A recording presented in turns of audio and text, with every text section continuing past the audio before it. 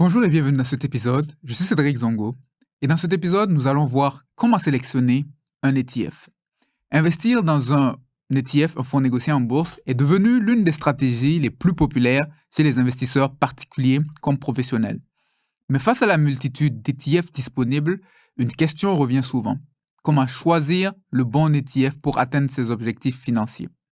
Et dans cet épisode, nous allons passer en revue quelques critères non exhaustifs mais essentiels à considérer pour sélectionner un ETF pertinent en évitant les pièges les plus fréquents. D'entrée de jeu, il est important de rappeler ce qu'est un ETF. Un ETF est l'abréviation d'Exchange Traded Fund ou fonds négocié en bourse ou tracker, en français utilisé souvent en Europe, tracker. Un ETF est en gros un panier de titres qui généralement va tenter de répliquer un indice donné. Au lieu d'acheter quelques actions individuelles, un ETF va être un panier contenant des centaines, voire des milliers d'entreprises que vous pouvez détenir en un seul produit. Il vous permet d'être diversifié à moindre coût. Le marché des ETF est l'un des marchés les plus en croissance dans l'industrie de la gestion d'actifs, car de plus en plus d'investisseurs particuliers comme institutionnels se tournent vers ce produit. Selon la firme JP Morgan, en 2023, le montant d'actifs sous gestion dans le segment des ETF était de 10,1 trillions de dollars. Ce montant est passé à 13 trillions en un an, soit une croissance annuelle de 28%, ce qui démontre l'attrait croissant pour ce produit d'investissement. Ce produit attire de plus en plus les investisseurs parce qu'il permet de combiner le meilleur des mondes entre un fonds mutuel classique et une action cotée. À la base, un fonds mutuel est un panier d'actions et d'obligations, mais contrairement à une action dont le prix est connu de manière continue, le prix d'un fonds mutuel est connu seulement à la fin de la journée, ce qui le rend moins liquide. Les ETF en revanche sont un panier d'actions comme les fonds mutuels, mais un ETF est coté en continu comme une action, ce qui rend les ETF plus liquides qu'un fonds mutuel et moins coûteux en termes de frais de gestion et plus diversifiés qu'une action individuelle.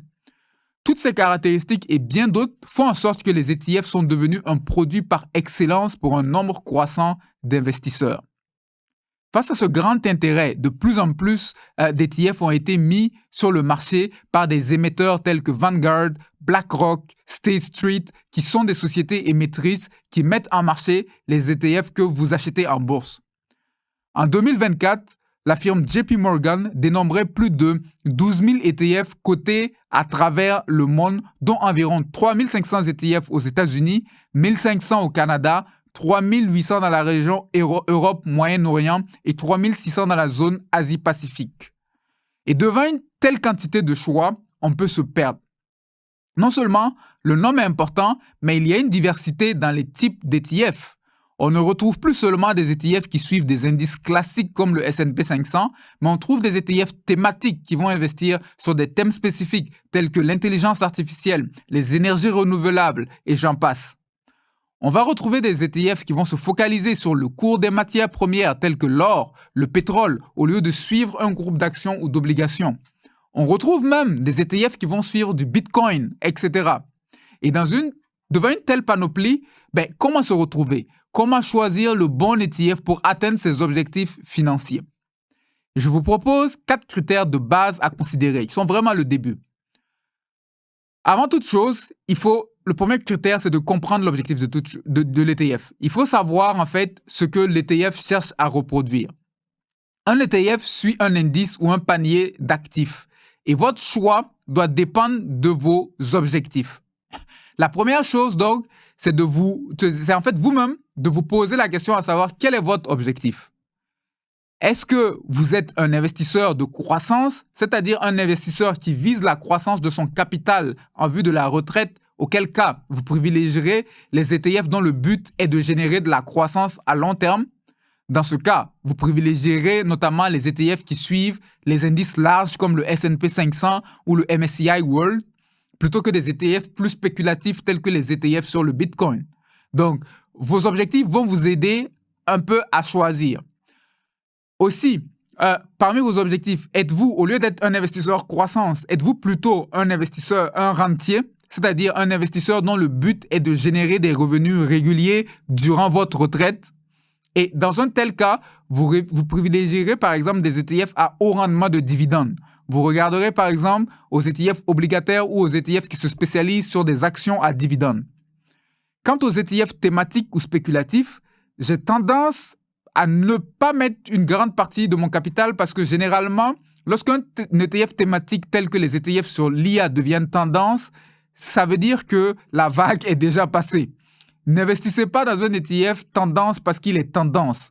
Pensez aussi au rendement qu'il générera parce que c'est le rendement qui paiera vos factures à la retraite et non pas la tendance du moment.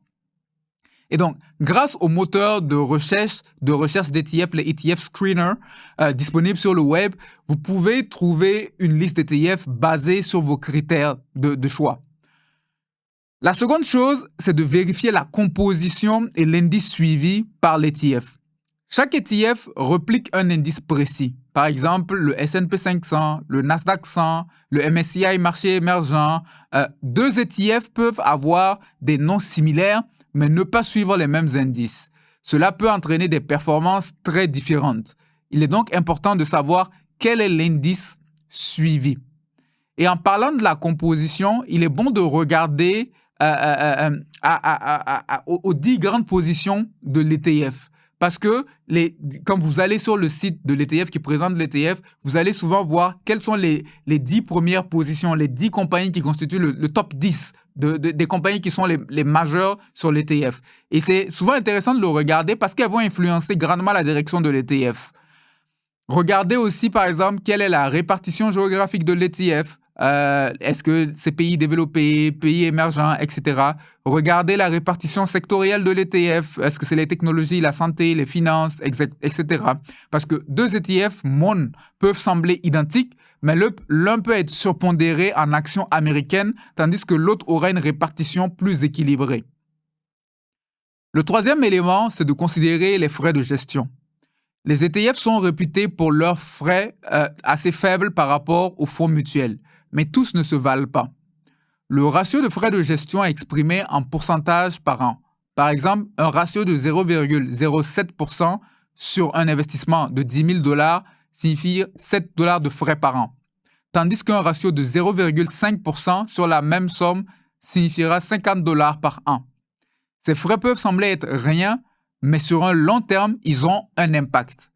Un investissement de $10 000 à 7% pendant 20 ans avec des frais de 0,07 donnerait plus de $38 000.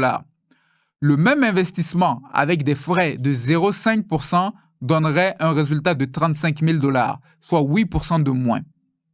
En 2024, selon Fidelity, la moyenne des frais des ETF passivement gérés ou ETF indiciels était de 0,48%, tandis que la moyenne des ETF activement gérés était de 0,69%.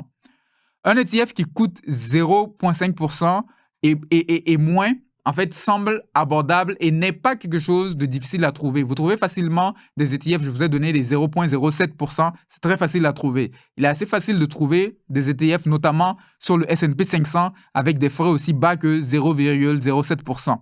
Les frais de gestion sont à considérer lors de votre choix car les frais élevés peuvent grignoter une part importante de vos gains à long terme.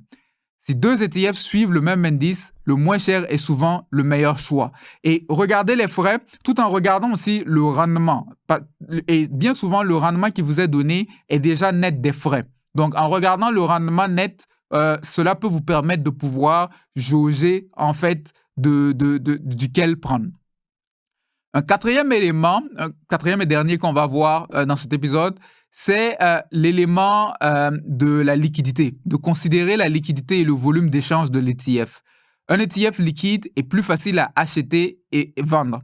Une des manières d'évaluer la liquidité de votre ETF, c'est d'évaluer ce qu'on appelle le bid-ask spread, c'est-à-dire l'écart entre le prix le plus élevé qu'un acheteur est prêt à offrir, c'est ce que l'on appelle le bid price, tandis que le ask price est le price le plus bas qu'un vendeur demande.